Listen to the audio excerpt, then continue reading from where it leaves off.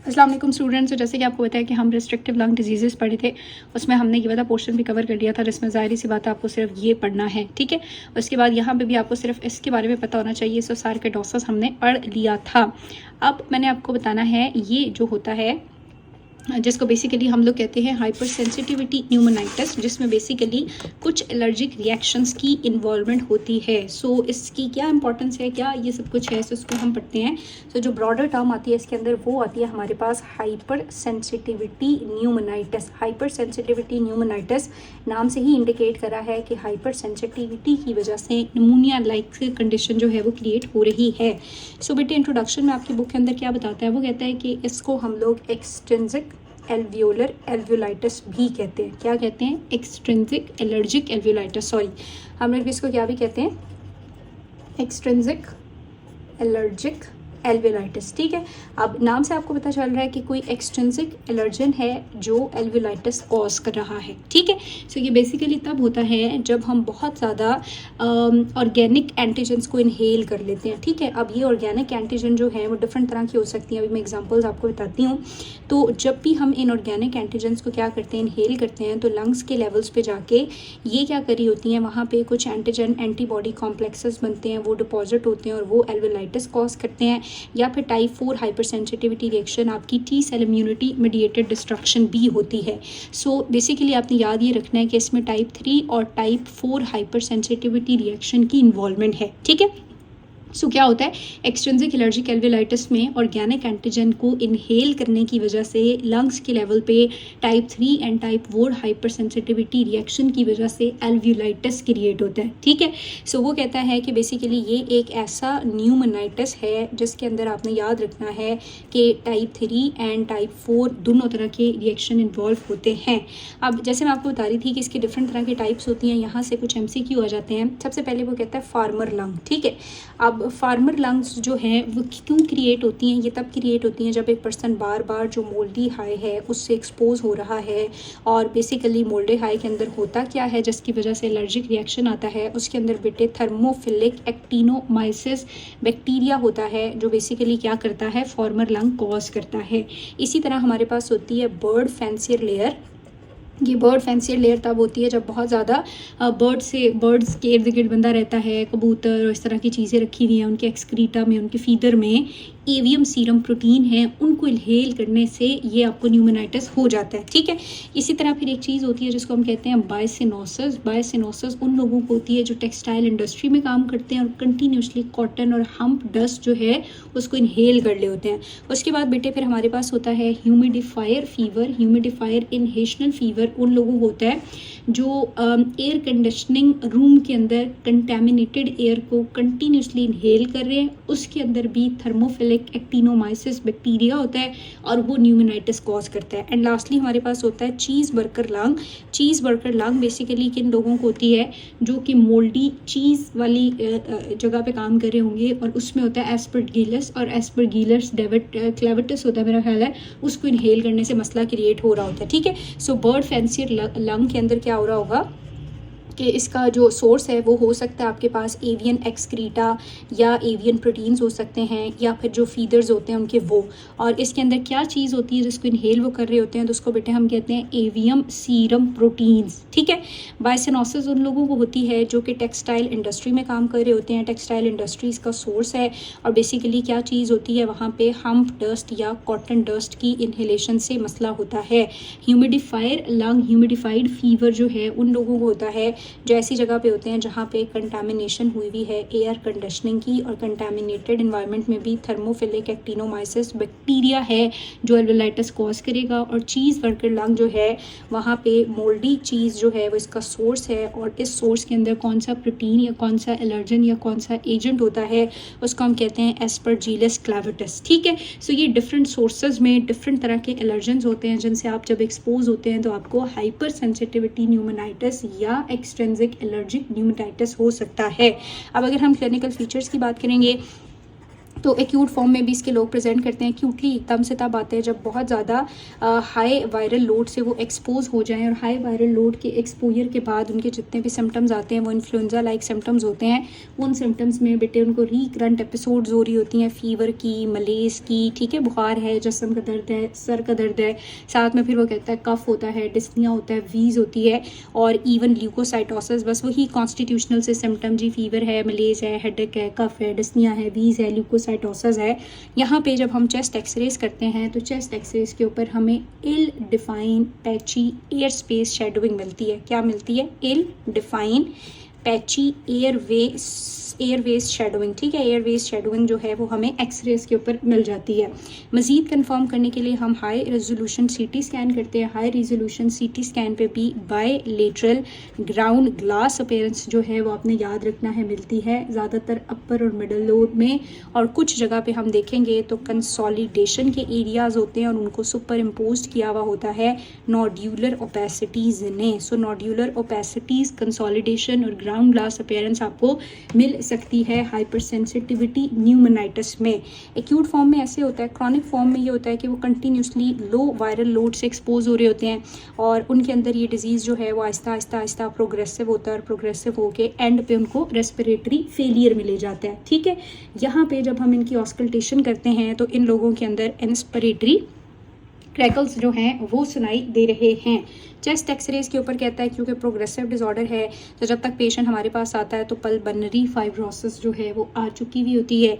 Pulmonary function test करेंगे तो वो रिस्ट्रिक्टिव पैटर्न देंगे, चूँकि हम रिस्ट्रिक्टिव डिजीजेस पढ़ रहे हैं, और हाई रेजोल्यूशन सीटी स्कैन पे भी आपको पल्मोनरी फाइब्रोसिस मिलेगी, क्योंकि पेशेंट मोस्टली आता ही तब इनिशियली वो सिम्टोमेटिक होता है जब मसला बहुत ज़्यादा हो चुका हुआ होगा। ठीक है, सो यहाँ पे हमें जो है वो पैची एयरवे शेडोइंग या कंसोलिडेशन और ओपेसिटीज़ मिलती हैं, और क्रॉनिक केसेस में आपको वहाँ पे फाइब्रोसिस मिलेगी। अब अगर हम बात करें कि जी इस चीज़ को हम किस तरह से ट्रीट कर सकते हैं, तो ट्रीटमेंट जो है वो वही है कि आपने जो है वो अवॉइड करना है, जो भी एलर्जन है आप उससे एक्सपोजर को अवॉइड करेंगे और उसको रिमूव करेंगे।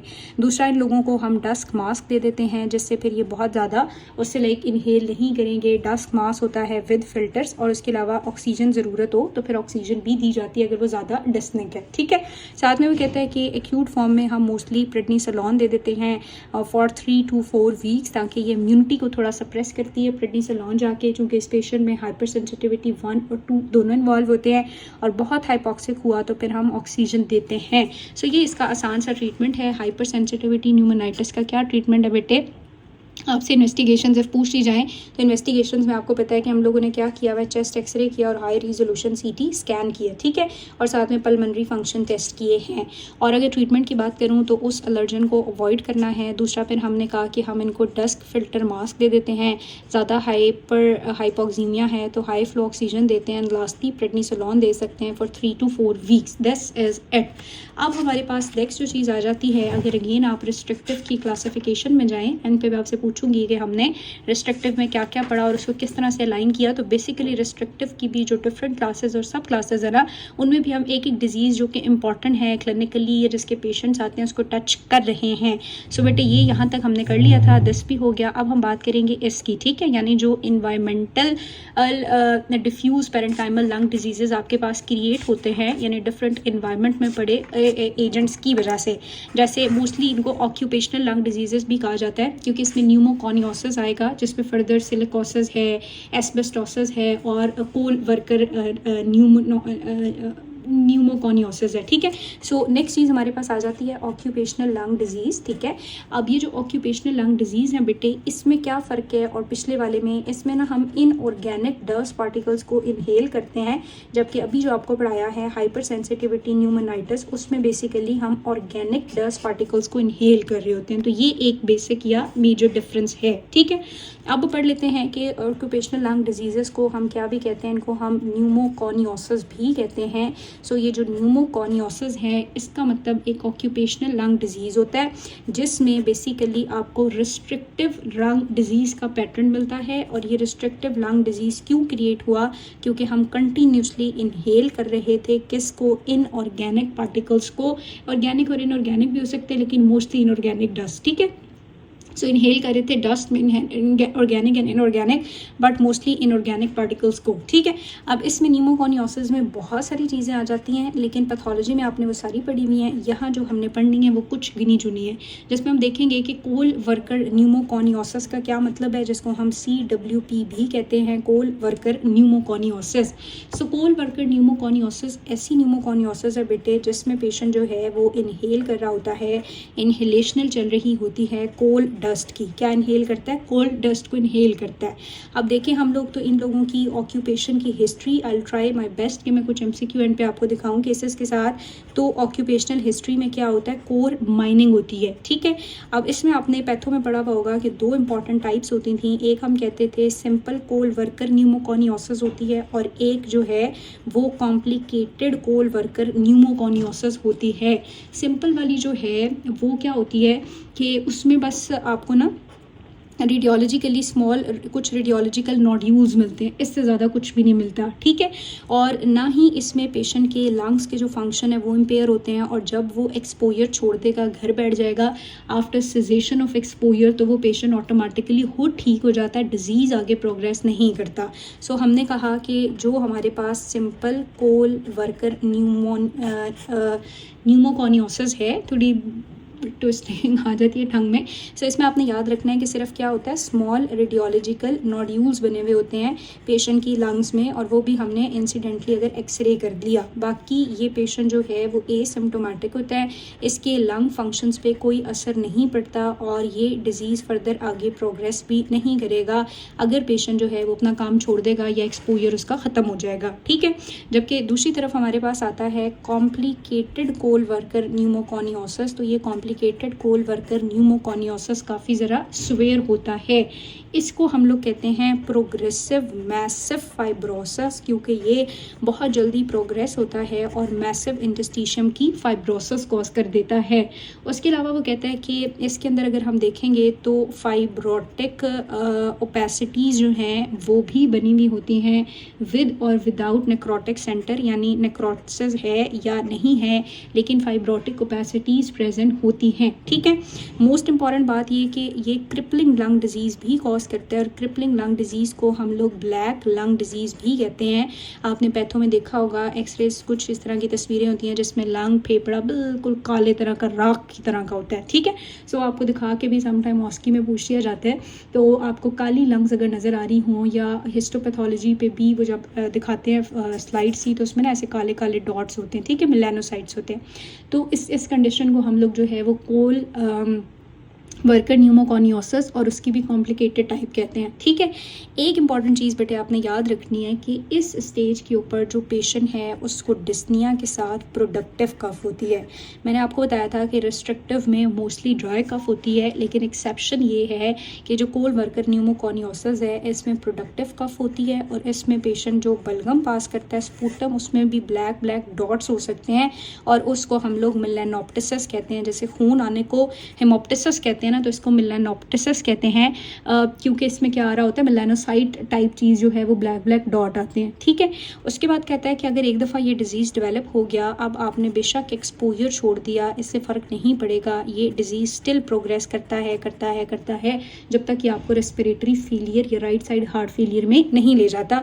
अल्टीमेटस केसेस में रेस्पिरेटरी फेलियर और राइट साइडेड हार्ट फेलियर है, इसका भी मैनेजमेंट यही है कि आप एक्सपोजर को अवॉइड करेंगे, और definitive management is lung transplant. So this is coal worker pneumoconiosis, ठीक है। सो यहाँ तक अब आप लोग जो है वो ऑक्यूपेशनल और हाइपर सेंसिटिविटी देखी है। नेक्स्ट वीडियो में मैं आपको सिलिकोसिस और एस्बेस्टोसिस बताती हूँ।